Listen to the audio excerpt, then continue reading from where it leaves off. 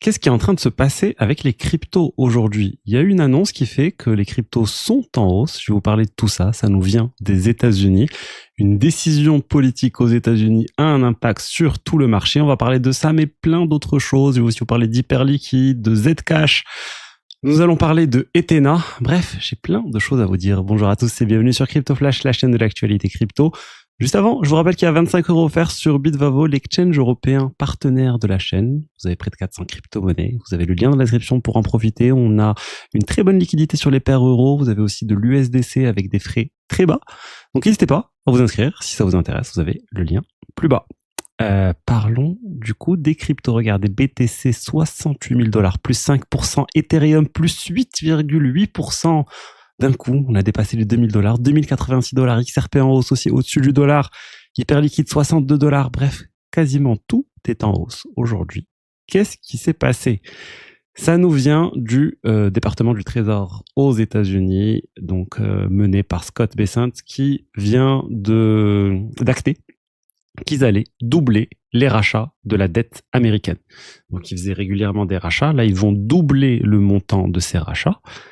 Pourquoi ils font ça? Ils font ça tout simplement parce que la dette américaine, plutôt le rendement, les intérêts que doivent payer les États-Unis sur leur dette sont au plus haut. Ça a explosé ces derniers temps.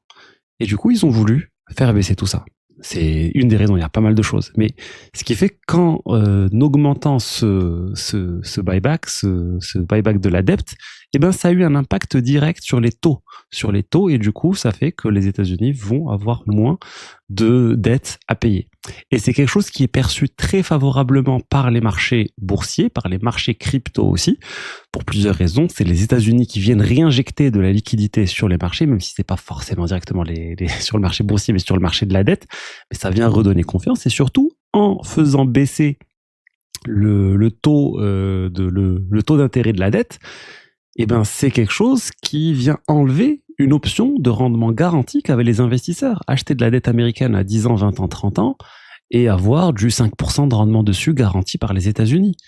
Pourquoi aller chercher à faire du 7% avec toutes les variations du marché possibles si on peut juste avoir un 5% garanti, vraiment, aucun risque, à part celui des États-Unis, mais vu qu'on est en dollars, c'est pas un problème. Mais il y a beaucoup de personnes qui se tournent vers ce type de produit. Et ben là, en faisant ça, ça veut dire qu'il y a des personnes qui vont se tourner vers des actifs plus risqués pour chercher davantage de rendement. Donc sur les marchés boursiers, mais aussi dans la crypto. Et ça, c'est un élément qui a vraiment favorisé aujourd'hui cette hausse générale des cryptos. On peut le voir, je vous ai dit, près de 9% pour l'Ether, BTC aussi 5%. Ça a eu un impact minime sur les actions aux États-Unis. Regardez là, je suis sur CNBC, ils disent oui, ça a eu un impact aussi sur Home Depot qui a eu une hausse de 2%, sur McDonald's de 1%, je sais pas quoi. Enfin, c'est négligeable, on va dire, sur les marchés boursiers, mais sur les cryptos, il y a eu un très très fort impact. Donc voilà. On va surveiller tout ça. Ça, c'est jusqu'en novembre qu'ils ont acté ce doublement de la dette. À partir de novembre, ils vont annoncer encore autre chose. Et là, le marché s'attend à ce que le gouvernement intervienne encore plus et du coup qu'il y ait davantage de liquidités qui rentrent sur les marchés. Donc voilà, on va espérer que ça revienne, qu'on revient. Je sais pas si vous vous souvenez, mais après Covid, il y avait tellement de liquidités qui venaient sur le marché, ils faisaient du quantitative easing, ils rachetaient beaucoup de choses et ça a vraiment favorisé les marchés boursiers, les cryptos et les NFT et tout ça. Il y a eu énormément une sorte de bulle spéculative associée à tout ça, mais je pense que voilà, c'est quelque chose qui peut potentiellement revenir. Je pense pas comme ce qu'on a vu par le passé, mais en tout cas, c'est une bonne nouvelle. Il faut voir les bonnes nouvelles tant qu'on peut. Il y a très peu de bonnes nouvelles actuellement dans le marché crypto. Là, clairement, ça en est une. Donc, je vais prendre cette bonne nouvelle. Je vais rester optimiste et j'espère que ça va continuer. Ensuite, on va parler de Coinbase. Regardez, Coinbase vient de rajouter sur son application Base App, qui est l'application initiale pensée pour la blockchain Base, mais qui veut maintenant aller au-delà de la blockchain Base.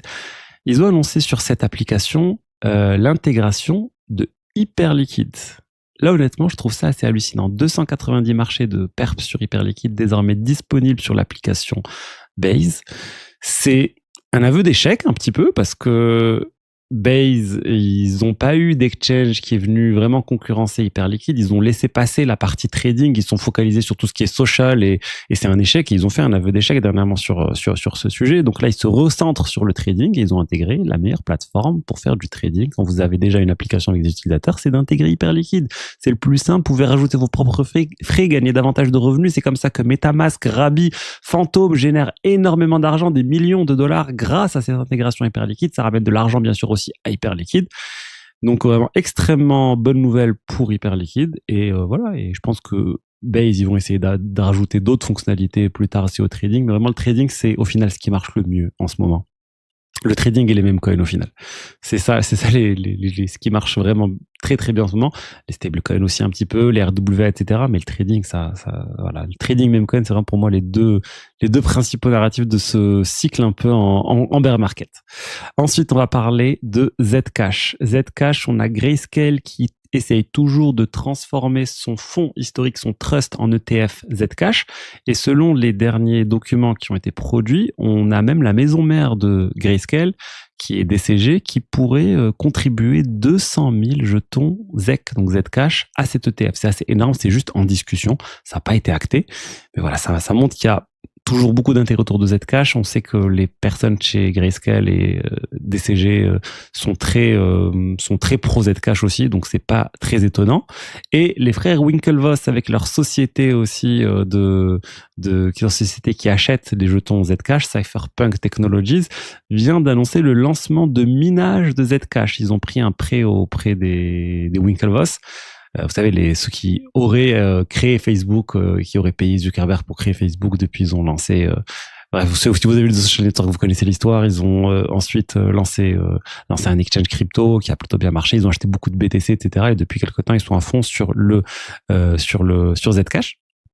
Donc ils ont annoncé, c'est en ligne, Cypherpunk Mining, ils ont pas mal de parts de marché sur le minage Zcash, ils ont 18% de tout le minage Zcash, c'est assez énorme.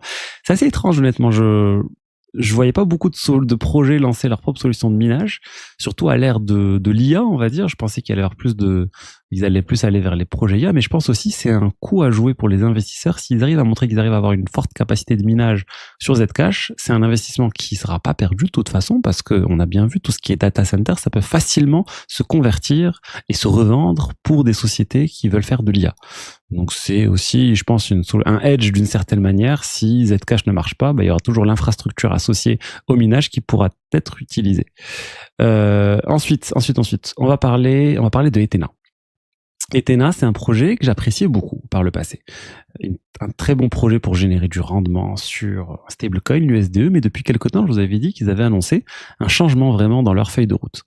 Ils allaient laisser tomber petit à petit leur stratégie trading historique où il y avait très peu de risques. Ils achetaient un actif, ils le shortaient en même temps, ça générait du rendement. Ils allaient basculer plus en mode hedge fund et là c'est acté, on va dire. Ils viennent de faire un deal avec Falconix pour prêter un peu le collatéral jusqu'à $1 milliard qu'il y a derrière l'USDE, donc leur stablecoin.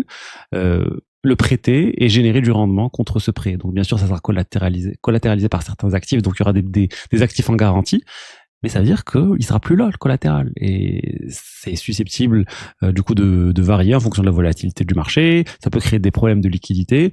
Et honnêtement, pour moi, ça commence à être dangereux, l'USDE. Donc oui, clairement, je suis plus fan de l'USDE. J'ai longtemps soutenu, je vous ai présenté pas mal de choses sur l'USDE, ça générait un rendement complètement hallucinant, vraiment avec très très peu de risques. La stratégie trading, elle marchait très bien, il y avait très peu de risques et au final, ils ont basculé sur autre chose parce qu'il n'y avait pas le choix parce que cette stratégie trading ne marche plus actuellement. Si vous achetez un actif, vous le shortez sur le BTC et l'Ether, ça génère beaucoup moins d'argent que précédemment, ça pouvait monter à 10, 15, 20% avec, comme j'ai dit, un risque minime. Là, au final, ils n'ont plus le choix, ils doivent prendre davantage de risques pour générer du rendement et convertir d'une certaine manière leur base existante d'utilisateurs, convertir leur capital et l'emmener vers des stratégies beaucoup plus risquées. Donc moi, voilà, je mets le warning sur l'USDE. ENA, c'est leur protocole de gouvernance. J'ai rien contre lui, c'est juste que je crois plus trop dans le projet Ethena, donc j'investirai pas non plus sur ENA. Allez, voilà ce que je voulais vous dire aujourd'hui sur les diverses actualités crypto. Du coup, je vous rappelle, vous avez les 25 € offerts sur Bitvavo et je vous souhaite une excellente journée et je vous dis à demain pour la suite. Allez, bye bye, ciao, ciao.